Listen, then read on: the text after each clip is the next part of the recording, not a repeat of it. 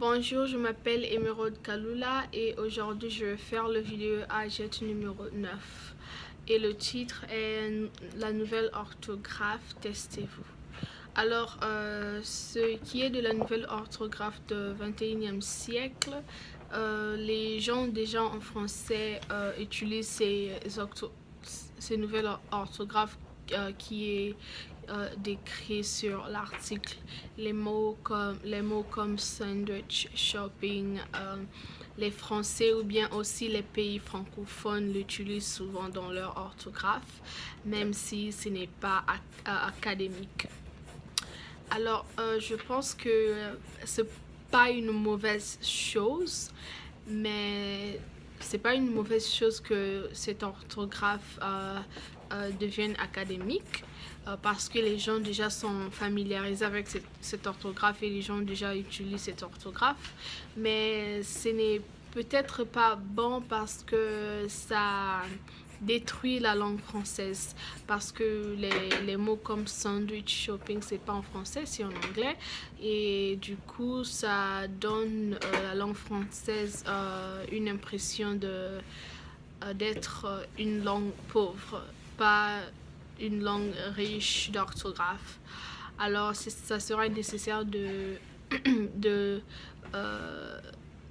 peut-être faire l'académie français puisse faire des recherches sur des mots comme, je sais pas, la sandwich, je sais pas, ou le shopping, et remplacer ça par des mots qui sont d'origine française. Je suis pas aussi sûre si les mots sandwich ou shopping sont d'origine américaine ou française, mais je suis sûre que ce n'est pas d'origine française, peut-être, juste parce qu'il y a de ing à la fin. Donc, ça serait mieux de remplacer ces mots par des mots qui sont d'origine française, juste pour préserver la beauté, mais aussi la valeur de la langue française.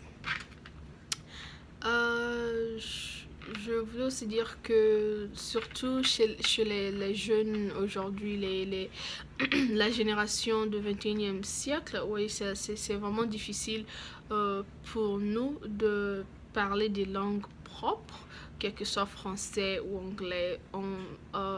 Je vois que dans tous les pays ou dans toutes les langues, les jeunes du 21e siècle ne parlent pas proprement comme les gens du siècle auparavant ou avant eux.